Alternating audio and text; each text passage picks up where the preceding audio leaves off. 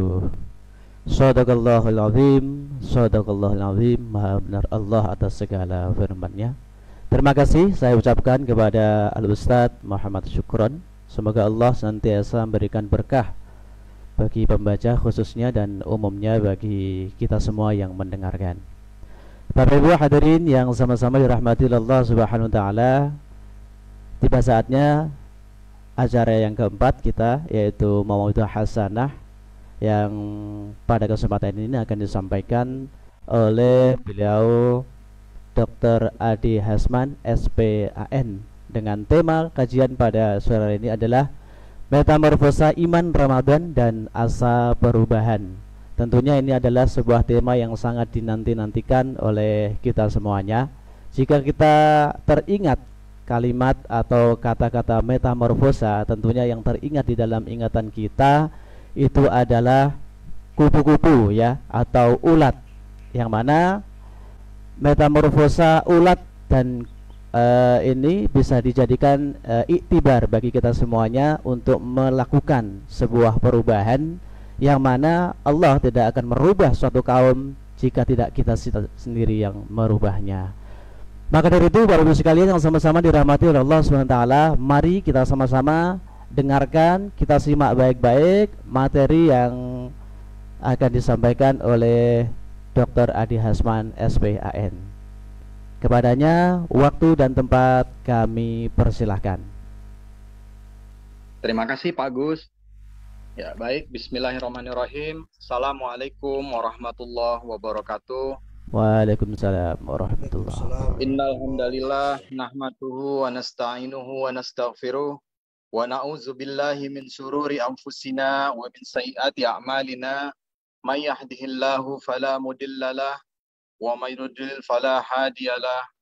Asyhadu an la ilaha illallah wahdahu la syarikalah wa asyhadu anna Muhammadan abduhu wa rasuluhu, amma ba'du. Bapak-bapak, ibu-ibu, jamaah PDM iftar jelang berbuka yang dirahmati Allah.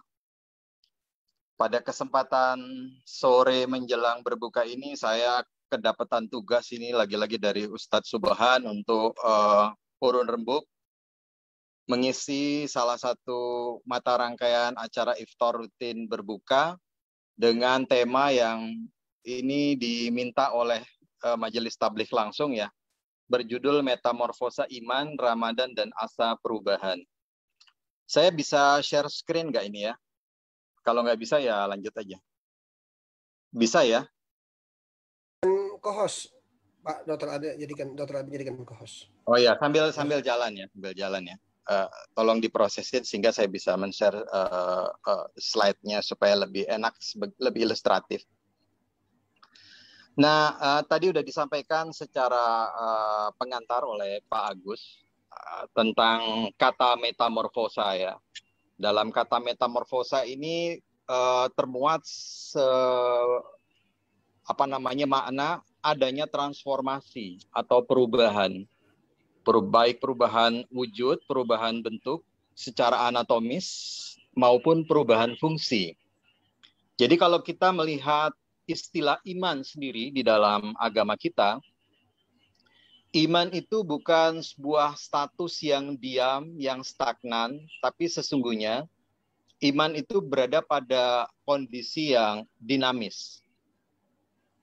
Nabi sesekali waktu mengatakan bahwa iman itu pasang surut, dia bisa meningkat dan bisa menurun, keadaannya fluktuatif, dia meningkat kondisinya tentunya dengan ketakwaan, dan menurun karena kemaksiatan yang dilakukan.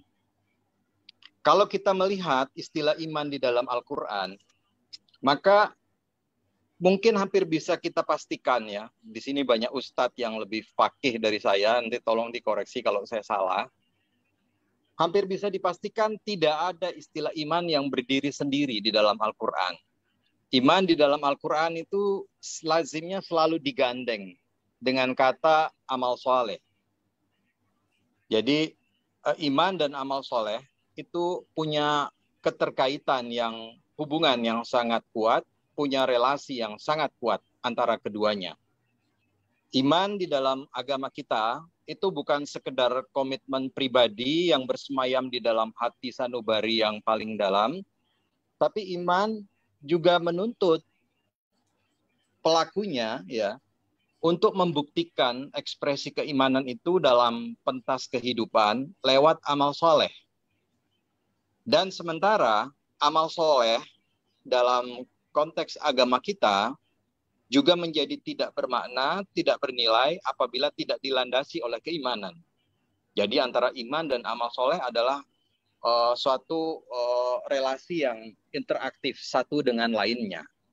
Orang beriman harus mengaplikasikan keimanannya dalam pentas sosial lewat amal soleh, amal kebaikan. Sementara amal soleh baru bernilai di sisi Allah apabila ia didasari atau dilandasi oleh motivasi spiritual keimanan, motivasi keikhlasan mencari keridhaan Allah. Amal soleh sendiri di dalam konsep agama kita itu punya cakupan makna yang sangat luas. Amal kepada amal soleh baik hubungannya hablum minallah, transendental ya, kepada Dia pencipta langit dan bumi, dan yang sifatnya terestrial kepada manusia dan makhluk-makhluknya. Kalau kita lihat di dalam Al-Quran bahwa menjadi orang beriman itu harus idealnya haruslah menjadi orang yang beruntung ya. Qad aflahal mu'minun. Maka beruntunglah orang-orang beriman. Saya mencoba-coba membaca ya. Bagaimana, udah bisa saya share ya, Ustaz Subhan? Bisa ya. Pak Agus sudah bisa? Siapa anunya? Sudah, Pak. Halo Pak Agus. Sudah Oke, bisa? silakan. Ya. Silakan. Sudah ya, saya coba ya. Sebentar ya, saya coba. Oke. Mudah-mudahan bisa keluar. Oh, unsupported. Loh. Hostnya Pak Subhan ini. Nggak mau ini. Bukan saya hostnya. Masa saya hostnya? Iya. Saya co-host. Oke, sambil jalan aja, sambil jalan. Nanti kalau sudah, tolong dikasih kode ya. Jadi supaya lebih ilustratif ya. Saya nggak pengalaman nih host gimana? Ya sudah, nggak apa-apa kalau nggak ada, nggak apa-apa. Jadi di dalam agama kita, kalau kita mencoba melakukan semacam sistematisasi, katakanlah seperti itu, keimanan itu ada 3 model. Ini meminjam sebuah nomenklatur yang lazim kita kenal ya. Ada iman yang terdaftar. Di surat Al-Baqarah itu ayat 8, Allah Subhanahu wa taala mengatakan, "Wa minan nasi may yaqulu amanna billahi wal yaumil akhir wa ma hum bimumin." Dan di antara manusia ada yang berkata bahwa kami beriman kepada Allah dan hari akhir. Tapi Allah menegaskan wa ma hum bimuminin. Padahal sesungguhnya mereka bukanlah orang-orang yang beriman. Kalau soal mendaftar, tentu kita semua sudah mendaftar.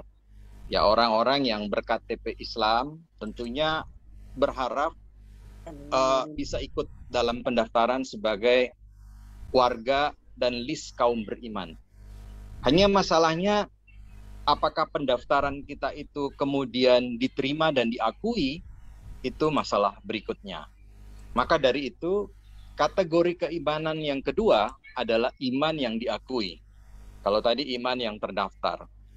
Supaya status terdaftar bisa sampai diakui, maka itu harus melewati serangkaian proses ujian.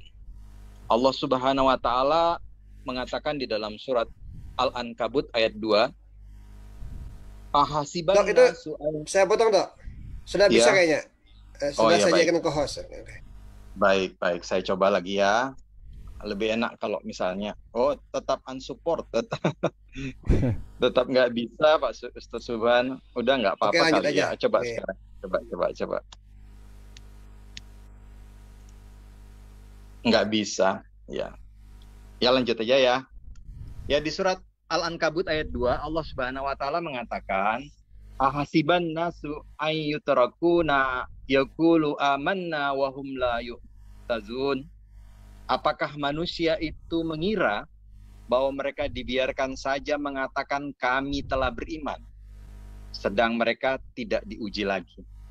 Jadi ternyata filtering atau saringan dari proses pendaftaran menuju diakui itu harus melewati serangkaian proses ujian. Dan kehidupan ini sendiri tidak lain adalah pada hakikatnya ujian buat kita semua. Ujian bisa tampil dalam bentuk kesusahan, yaitu ujian yang lazim kita hadapi. Tapi apapun yang hadir meskipun dalam bentuk kesenangan, itu juga adalah bagian dari rangkaian ujian di dalam pengertian konsep agama kita. Dan yang terakhir adalah model keimanan yang paling ideal, yang tentunya harus kita cita-citakan, yang harus kita idealkan, adalah iman yang disamakan. Yakni di surat Al-Maidah ayat 68 sampai 69. A'udzubillahi minasy. Dan barang siapa yang mentaati Allah dan Rasul-Nya, maka mereka itu dikatakan akan bersama-sama. Dengan siapa? Dengan orang-orang yang dianugerahi nikmat oleh Allah, yaitu 4 kategori. Para nabi, orang-orang jujur, para siddiqin, para syuhada, orang-orang yang mati syahid, dan solihin, orang-orang yang soleh. Dan mereka itulah teman yang sebaik-baiknya. Jadi keimanan kalau kita mencoba sistematisasi dan sederhanakan di dalam elaborasi dan tadabbur di dalam Al-Quran, ada 3 kategori, sekali lagi, iman yang terdaftar, iman yang diakui, dan iman yang disamakan. Kemudian kita juga mengenal ada trilogi di dalam Al-Quran, satu transformasi iman menuju aksentuasi menuju amal soleh, dalam wujud iman, hijrah, dan jihad. Di Al-Quran dikatakan, innallazina amanu wallazina hajaru wajahadu fi sabilillahi ulaika yarjuna rahmatalillahi wallahu ghafurur rahim. Sesungguhnya orang-orang yang beriman, orang-orang yang berhijrah, dan yang berjihad di jalan Allah, maka mereka itu mengharapkan rahmat Allah, dan Allah Maha Pengampun lagi Maha Penyayang. Jadi ada trilogi iman, hijrah, hidup. Iman, hijrah, jihad di dalam kehidupan. Dalam bahasa yang lebih populer, bahwa orang dalam menjalani kehidupan ini harus punya keyakinan. Iman itu menyangkut soal keyakinan, arah hidup, orientasi hidup, kemana perjalanan hidup ini harus diarahkan. Bahwa dalam hidup itu selalu berlaku rumus, lebih banyak peristiwa yang tidak kita ketahui daripada yang kita ketahui. Oleh karena itu, kita dalam menjalani hidup tidak mungkin hanya mengandalkan pengetahuan dan ilmu saja. Kita memerlukan kepercayaan, memerlukan pegangan. Contoh sederhana, kalau kita ingin menuju ke satu lokasi, satu wilayah yang tidak kita ketahui, dan sekarang kita diberikan kemudahan-kemudahan fasilitas teknologi ya, mungkin di perjalanan kita menghidupkan semacam navigasi Google Map, maka Google Map itu akan memberi petunjuk arahan kemana kita melangkah, dan kita percaya kepada Google Map itu, tanpa harus kita pertanyakan apakah benar apa yang diinformasikan oleh operator Google Map. Peristiwa-peristiwa model kehidupan seperti itu akan terjadi dalam setiap event kehidupan yang kita jalani. Nah, orang tidak cukup hanya punya keyakinan, tapi orang harus berubah. Kalau keyakinan itu memang akan menjalani transformasi. Orang harus melakukan hijrah, bahasa Al-Qur'annya. Agar hidup itu bertumbuh, meluas, melebar, dan mendalam. Properti, kekayaan yang kita miliki sebagai makhluk. Nah, ini mungkin kalau salah ditanggapi bisa kontroversial ya. Sama-sama kita cermati baik-baik kalimat yang ingin saya sampaikan, bahwa properti kekayaan yang kita miliki sebagai makhluk, seorang hamba yang tidak dimiliki oleh penciptanya, yang bahkan tidak dimiliki Khaliknya, adalah keterbatasan. Jadi kita memiliki satu khazanah yang pencipta kita tidak miliki. yaitu keterbatasan dan kekurangan, segala kekurangan, kedaifan, kelemahan. Itu pencipta kita tidak memiliki karakter-karakter seperti itu. Maka hidup ini sebetulnya pencipta kita ingin melihat bahwa kita bisa mengembangkan diri. Jadi manusia ketika lahir di dunia itu tidak langsung spontan menjadi manusia yang baik, ya. Tidak seperti dunia animal kingdom, dunia binatang, ya. Ketika cecak misalnya lahir, maka cecak itu bisa bertugas menjadi makhluk yang baik seperti sebagaimana yang dia diciptakan. Meskipun kodrat rezekinya terbang layang di udara, ya, dan kemampuan kodratnya terbatas hanya merayap saja, tapi cecak tidak komplain terhadap takdir yang menimpa dirinya, dan dia bisa menjalankan tugasnya dengan baik begitu dia menetas dari telurnya. Tapi manusia tidak. Manusia ketika lahir itu bergantung 24 jam dengan lingkungannya, terutama orang tuanya. Berlaku di dalam kehidupan manusia satu rumus tumbuh kembang. Jadi pencipta kita itu seolah-olah menginginkan kita, menyampaikan suatu pesan kepada kita agar kita sebagai makhluknya itu mengembangkan potensi diri kita untuk bertumbuh, meluas, melebar. Seoptimal yang kita lakukan. Itulah satu proses perjuangan yang mungkin bisa dikategorikan dengan istilah jihad. Jadi jihad adalah satu perjuangan dengan cara sungguh-sungguh. Jihad tidak hanya sebatas dimaknai secara sempit dalam pengertian populer yang dikenal orang sekarang sebelakangan ini dengan pengertian perang semata, ya. Kalau peperangan di dalam Islam itu ada istilah tersendiri, ya, ini qital. Jihad itu adalah kesungguhan kita dalam berjuang dan berusaha. Apapun proses perjuangan yang melibatkan unsur ragawi, unsur fisik, itu disebut jihad. Yaitu suatu proses mencari tangga dalam meraih kemuliaan hidup. Kalau itu berkaitan dengan ilmu, itu disebut ijtihad. Jadi trilogi iman, hijrah, jihad itu juga membangun satu konsep metamorfosa, ya, satu konsep perubahan yang akan dilangsungkan dalam kehidupan kita. Berkait dengan Ramadan, ya, apa hubungannya transformasi keimanan tadi dengan asa perubahan dengan Ramadan? Jadi Ramadan ini sering dikatakan di dalam literatur agama kita sebagai madrasah. Ramadan adalah sebuah institusi di mana kita digembleng, digojlok, ditatar, dilatih. Jadi Ramadan itu tidak lain adalah institusi pelatihan. Sebuah ayat yang sangat populer di dalam Al-Quran yang memerintahkan tentang ibadah Ramadan, ya ayyuhalladzina amanu kutiba alaikumusiyam kama kutiba alal ladzina min qablikum la'allakum tattaqun. Di sana ada redaksi bahwa puasa ini diwajibkan. Ini menarik. Kenapa puasa harus diwajibkan? Karena pada dasarnya manusia itu tidak senang untuk mengekang keinginannya. Manusia kodrat dasarnya itu tidak suka disuruh menahan hawa nafsunya. Jadi kita ini nanti pada penjelasan berikutnya saya akan memberikan beberapa ilustrasi bahwa kita itu sebetulnya sangat terampil melampiaskan diri. Kalau kita disuruh mengendalikan diri, itu ada unsur di mana kita harus mendisiplinkan diri kita, ada unsur pengekangan diri kita, sehingga itu tidak terlalu disukai oleh hawa nafsu dan keinginan manusia. Maka dari itu puasa itu diwajibkan.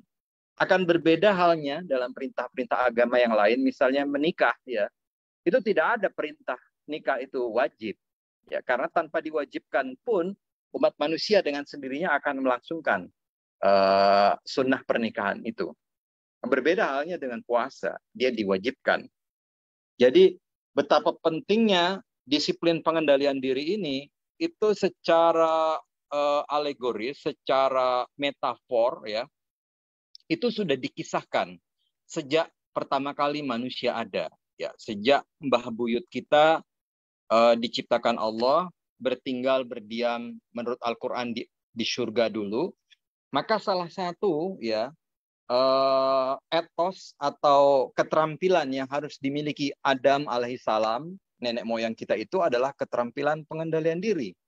Jadi kita ingat satu peristiwa yang direkam di dalam Al-Quran, ketika Adam diperkenankan untuk menikmati semua fasilitas yang ada di alam surga itu, segala kesenangan, kemewahan, kelezatan, silakan dinikmati, tapi hanya satu yang dilarang. Jadi ada larangan untuk mendekati satu pohon. Wala taqrabah hazihi sajarata. Jangan engkau dekati pohon ini. Itu adalah simbol bahwa manusia betapapun diperkenankan, simbolisasi untuk pelatihan. Bahwa yang terpenting dalam ketika nanti Adam ini akan turun ke dunia, salah satunya adalah keterampilan mengendalikan diri. Dan kita sudah tahu ujung cerita kisah itu, sebagaimana dikatakan Al-Quran, bahwa pada akhirnya Adam alaihissalam melanggar larangan itu. Larangan yang hanya satu-satunya. Larangan yang ditempatkan di suatu tempat yang dia boleh menikmati apapun kenikmatan di surga yang luar biasa itu. Tapi hanya satu larangan itu pun pada akhirnya Adam alaihissalam gagal untuk mematuhinya. Satu pelajaran moral di balik cerita itu yang sering saya sampaikan, bahwa kita sebagai anak cucu Adam, maka kecenderungan kita, kodrat kita itu tidak jauh dari leluhur kita. Bahwa kita sebagai manusia adalah makhluk yang gampang tergoda. Kita gampang terkecoh oleh satu kemilau yang seolah-olah itu bermanfaat bagi kita, seolah-olah memberikan kenikmatan dan kelezatan yang bisa langsung hadir di depan mata kita, tapi pada ujung-ujungnya itu akan menghadirkan malapetaka dan musibah yang cukup besar bagi kehidupan kita. Nah, jamaah sekalian, PDM, Bapak Ibu yang dirahmati Allah, saya tadi mengatakan bahwa manusia itu sebetulnya dalam urusan melampiaskan diri itu tidak perlu diajarkan. Karena sejak bayi kita sudah sangat terlatih untuk melampiaskan diri. Kalau kita melihat dengan kajian yang lebih luas lagi, apakah itu perspektif dalam ilmu fisiologi, ilmu biologi, atau psikologi, afwan sebentar ya.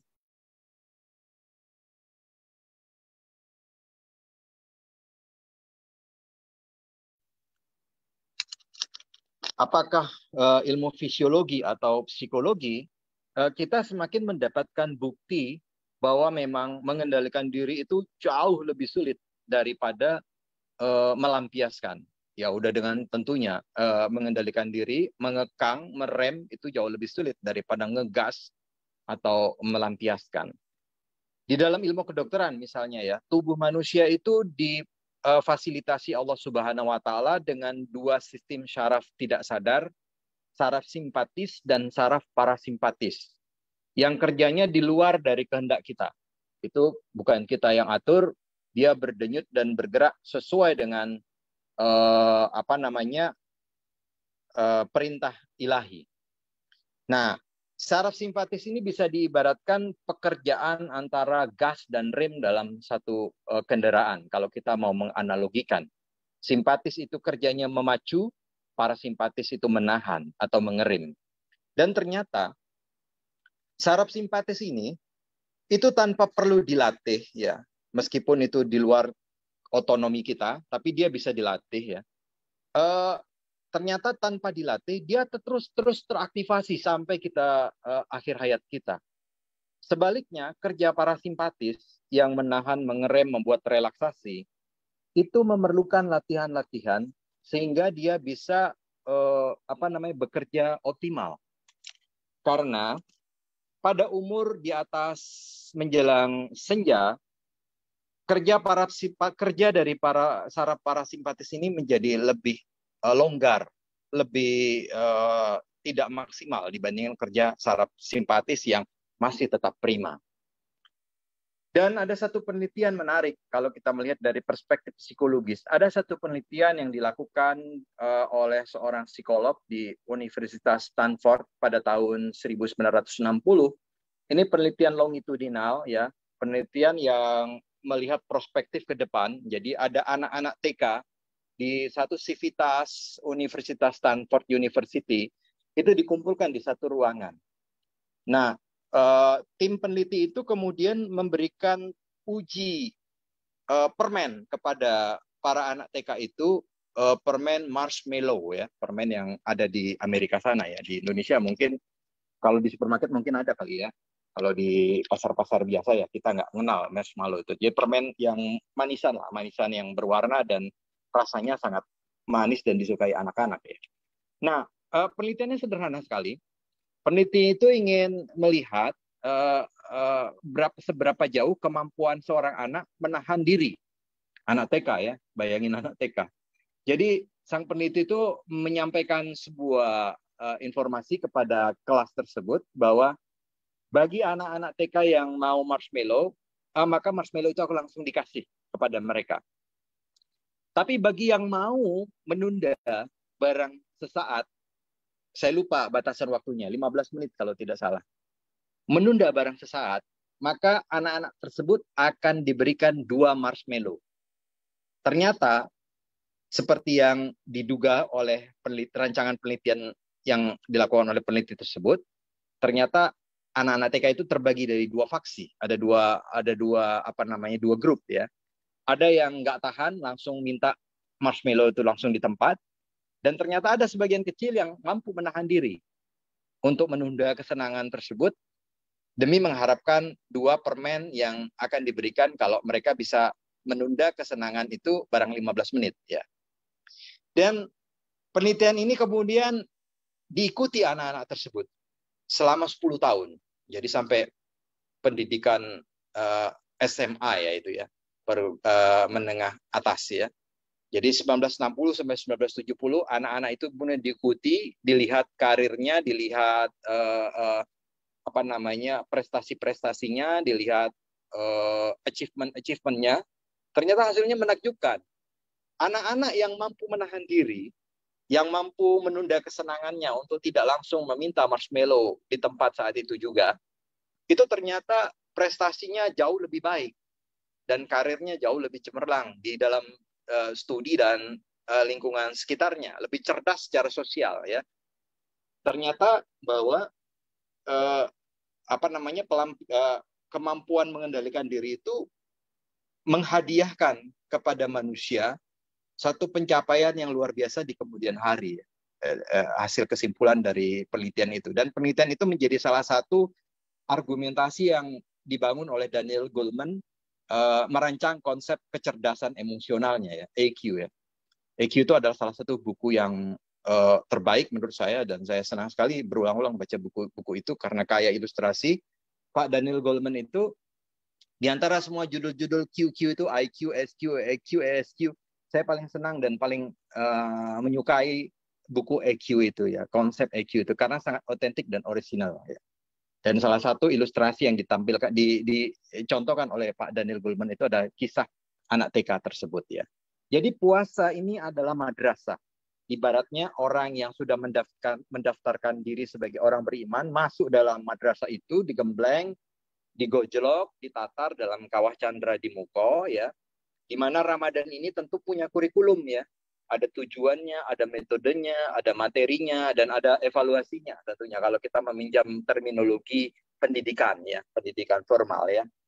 Ya tentunya kalau tujuan pendidikan itu ada perubahan karakter ya, ada perubahan tingkah laku, perubahan attitude, dan penambahan knowledge ya. Dan inti dari puasa sendiri adalah siam, artinya secara generik adalah menahan diri ya. Jadi Ramadan sendiri secara salah satu makna mendasar dari istilah kata Ramadan itu adalah membakar. Kalau kita mencoba memahami istilah membakar, ya, maka kita akan punya asosiasi bahwa setiap yang berkaitan dengan peristiwa pembakaran itu berkaitan dengan pembersihan atau mengolah satu wujud menuju wujud lain yang lebih tinggi levelnya dan lebih bermanfaat. Misalnya sampah dibakar ya bersih jadinya. Logam dibakar ya kemudian ditransformasikan ya menjadi bentuk-bentuk yang bisa dimanfaatkan. Apakah menjadi kendaraan, menjadi mobil, bahkan menjadi pesawat, menjadi kereta api, menjadi kapal selam ya. Itu lewat proses pembakaran. Makanan pun begitu. Makanan itu istilahnya dalam ilmu medis dioksidasi. Artinya dibakar.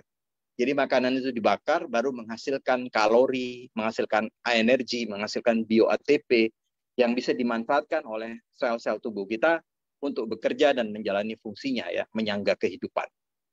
Jadi seperti yang disampaikan Pak Agus tadi, maka puasa ini ibarat sebuah metamorfosis yang dijalani oleh orang beriman. Kalau di dalam alam kehidupan real kita menyaksikan ulat tadi ya, dicontohkan ulat yang menjalani kepompong. Ya, saat dia berkepompong kan dia tidak makan minum ya. Dia menyepi, menyendiri, dia mengisolasi diri, dia menjalani satu transformasi, satu metamorfosis ya. Dari makhluk melata yang rakus dan menjijikkan penampilannya, kemudian bertransformasi menjadi makhluk yang berpenampilan indah, bahkan bisa terbang, yang sangat sedap di pandangan mata dan menebarkan manfaat ya. Jadi kalau misalnya analogi metamorfosis ulat itu kita masukkan dalam periodisasi bulan-bulan hijriah, kalender hijriah dalam tahun kehidupan kita, maka bulan Sya'ban sebelumnya ke belakang itu ibaratnya kita berperilaku seperti ulat ya. Maka ketika kita memasuki Ramadan, kita menjalani bulan kepompong. Kita mulai mengisolasi diri, kita mulai membatasi keinginan, kita mulai strict terhadap apa-apa yang sebetulnya boleh kita sentuh, tapi untuk sementara waktu kita menjaga jarak dengan itu semua. Kita menjalani bulan kepompong. Sehingga diharapkan ketika memasuki Syawal nanti, kita bisa bertransformasi menjadi kupu-kupu. Makanya Syawal itu secara generik di dalam makna bahasa Indonesia adalah peningkatan. Jadi kalau kita melihat apa sebetulnya target-target dalam institusi bulan Ramadan, setidak-tidaknya ada 4 target itu. Sebagaimana ayat yang sering diucapkan selama bulan Ramadan dalam konteks puasa, bahwa ujung harapan dari orang berpuasa dalam ayat tersebut adalah la'allakum tattaqun, agar kamu menjadi bertakwa. Nah, kata tattaqun di sini saya hanya meminjam saja ya keterangan dari para ulama kita, orang-orang yang lebih paham ya tentang bahasa Arab, tentang nahwu syaraf dan sebagainya. Saya orang awam. Saya hanya ngutip saja ya. Salah satunya penjelasan dari almarhum Syekh Nur Samad Kamba ya. Beliau mengatakan kata tattaqun ini bukan kata benda, tapi kata kerja. Kalau kata benda itu muttaqun. Jadi istilah takwa di sini juga bukan istilah yang stagnan. Bukan istilah status yang diam menetap, tapi istilah yang sifatnya dinamis ya. Tentu tattaqun itu berlangsung as long as living life ya. Sepanjang hidup kita. Dan takwa itu sendiri tentunya punya gradasinya. Sama seperti keimanan tadi, itu punya gradasinya ya. Punya level-level peringkatnya ya. Jadi tiap kita pada dasarnya ketika kita lahir ke dunia ini, kita sudah dibekali potensi fitur ketakwaan. Di dalam surat 91 ayat 7, Allah Subhanahu wa taala mengatakan fa'alhamaha fujuraha wa taqwaha. Telah kami ilhamkan pada manusia ilham tentang fujur, fitur fujur, dan fitur takwa. Jadi potensi untuk destruktif dan potensi untuk konstruktif itu sudah ditaruh di dalam diri kita ya.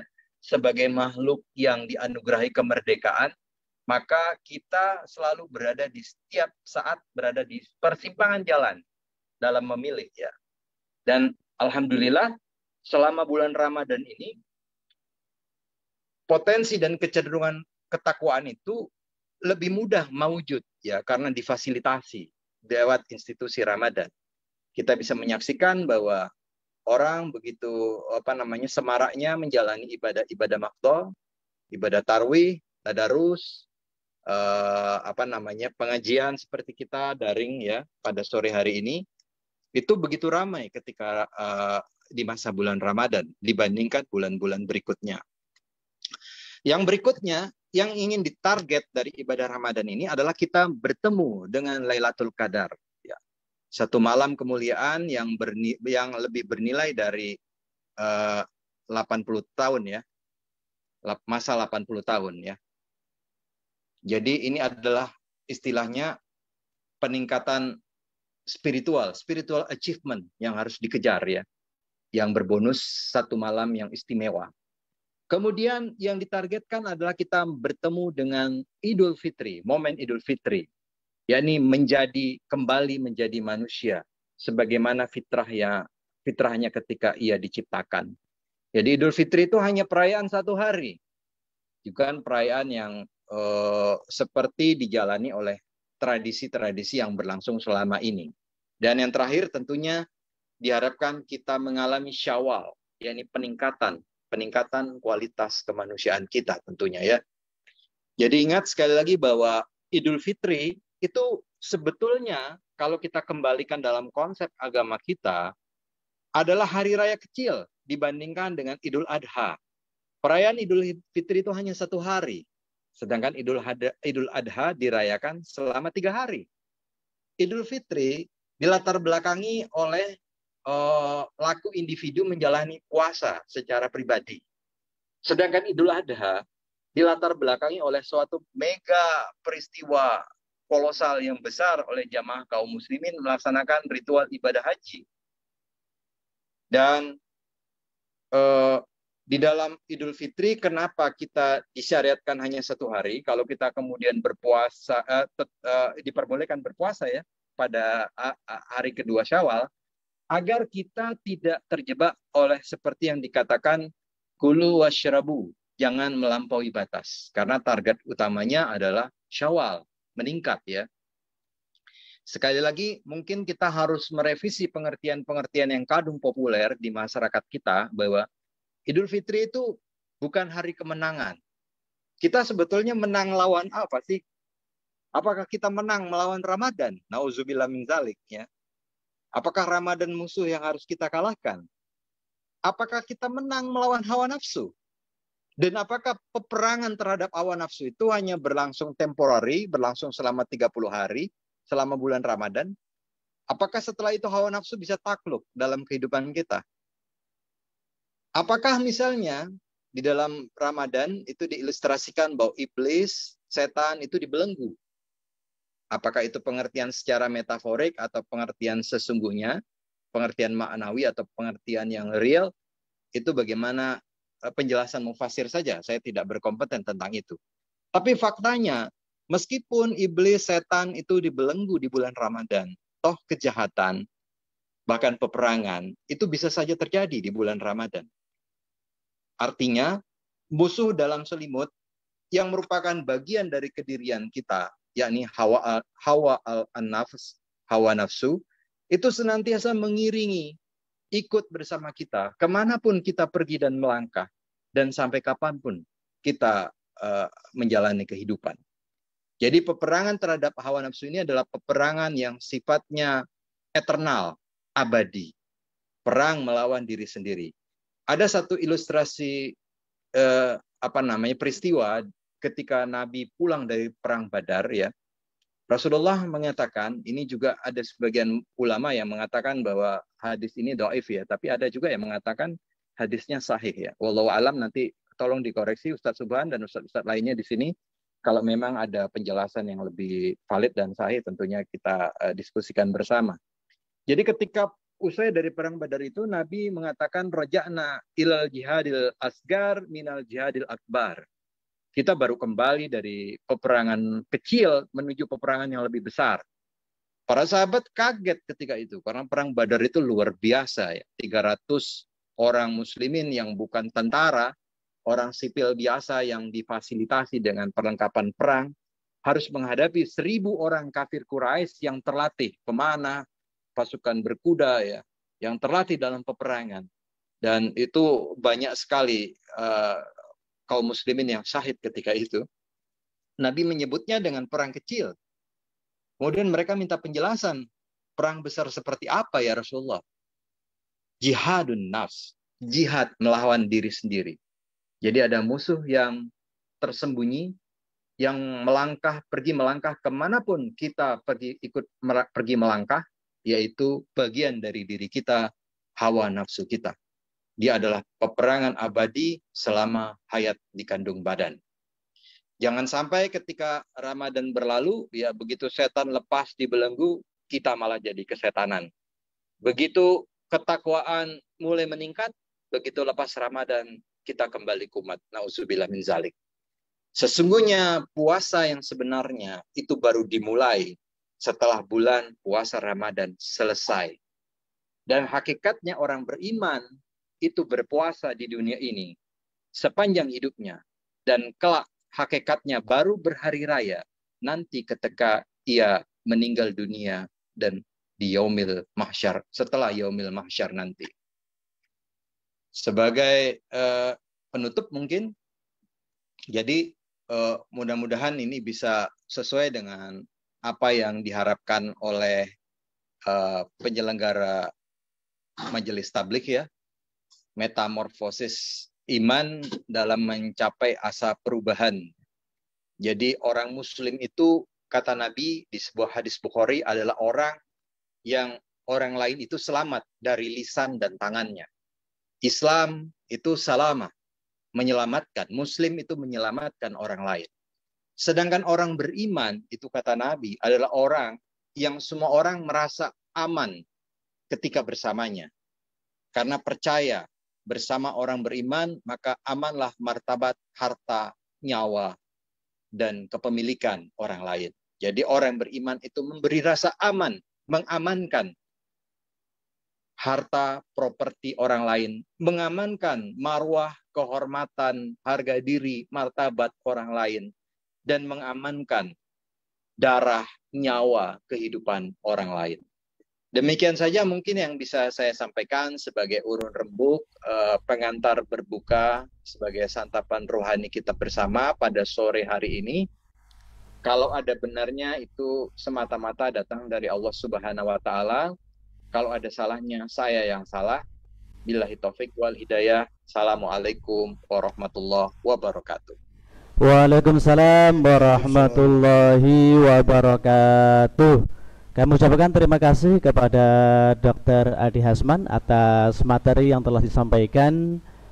Beberapa materi yang telah beliau sampaikan sangat rinci dan luar biasa menarik. Tentunya ini kalau kita lanjutkan bisa sampai setelah maghrib ya. Tetapi karena judulnya ini menjelang iftar, jadi sebelum maghrib harus sudah selesai. Ada beberapa hal yang saya garis bawahi dari beberapa keterangan beliau. Yang pertama adalah tentang keimanan, bahwa keimanan itu ada 3 model ya. Yang pertama terdaftar, kemudian diakui, kemudian yang ketiga adalah iman yang disamakan. Mudah-mudahan ini bukan hanya yang diakui, tetapi juga iman yang disamakan. Kemudian yang kedua yang saya garis bawahi dari beberapa keterangan beliau tadi adalah bahwa pembangun konsep metamorfosa itu terdiri dari 3 hal ya. Ada iman, ada hijrah, ada juga tentang jihad atau arah hidup. Kemudian yang ketiga, peperangan yang paling besar itu adalah peperangan melawan hawa nafsu ya. Jadi sahabat sempat kaget bahwa peperangan Badar itu sudah besar sekali menurut para sahabat, tetapi ternyata ada yang lebih besar ya. Mungkin itu beberapa hal yang saya garis bawahi. Tentunya masih ada beberapa kesimpulan yang belum sempat saya sampaikan. Kenapa? Karena saya takutnya nanti mengurangi esensi atau makna yang dari yang beliau sampaikan. Baik, Bapak Ibu sekalian yang sama-sama dirahmati Allah Subhanahu wa Ta'ala, untuk selanjutnya ada sesi tanya jawab atau diskusi.